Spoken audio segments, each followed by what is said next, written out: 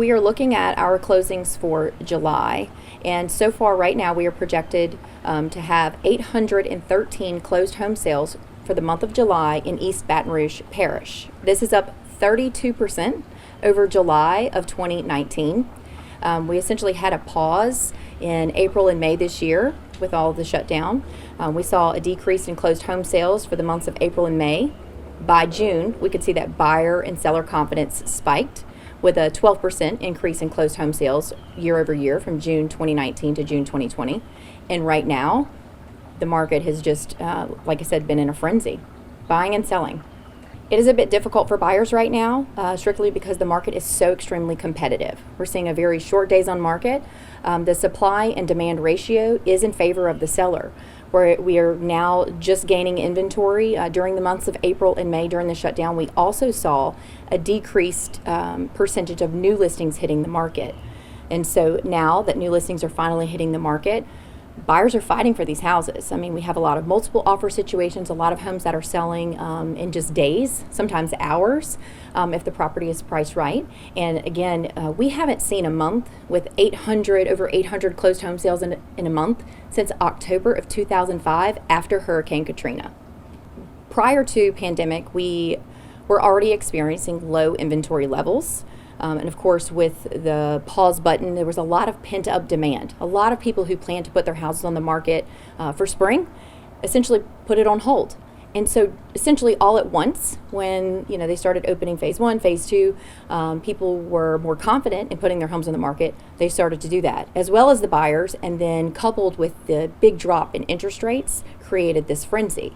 It's actually been really good for both buyers and sellers. Buyers because of the historic low interest rates, and then for sellers because of the low inventory levels, the ratio in favor of the seller. In December of 2018, we saw rates as high as 5%. In January 2019, we started to see those rates trend down. And since then, they've trended down so much that we are at historically low interest rates, below 3% for a 30-year conventional, and we're seeing in the mid-2s for some government loans, FHA and VA. The difference in interest rates from that 5% that we saw in December 18 versus what we're seeing now is the difference of $175 to $200 a month. They can afford that much more house, so the multiplier is about $5 a month on your monthly note per thousand. So you can get a lot more house, or for the same house, you can save about $175 to $200 a month for the same house. We have not seen rates like this, interest rates on a mortgage, ever. And so this is a great time for buyers to take advantage of that. The cost of borrowing money right now is extremely low. Okay, you're going to have much more, you can spend a lot more on a house right now than before, because before you're paying a bit more for the interest rate. So that's a wonderful thing for a buyer to get into the market, to find a home, and essentially can buy more house or get a lower note for the same price point they were qualified for. Okay. Then as far as a seller, if you're planning on selling your home, this is a wonderful time to sell, mainly because the supply and demand ratio is in favor of the seller.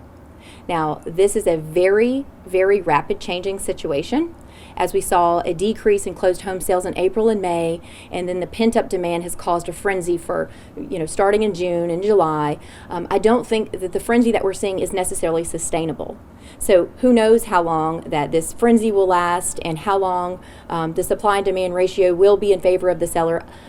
Just looking at the market over the last several years, and the home values increasing and things like that, I don't foresee any issue or any reason why we would see a drastic change in that supply and demand ratio, or something where we're going to see a turn for a buyer's market. However, if buyers are not taking advantage of that low interest rate and they slow down with buying, but those sellers who had planned on putting their houses on the market in the spring and the summer, and then they're excited about this frenzy and everybody starts putting their house on the market, if we have too many homes on the market, obviously we would see a shift in the supply and demand, and it could create a change, more of a buyer's market towards the end of the year. So I would say there's a window of opportunity for both buyers and sellers, one, to take advantage of the historically low interest rates, and also for sellers, while things are moving, in favor of the seller, that would be an amazing time to sell your home.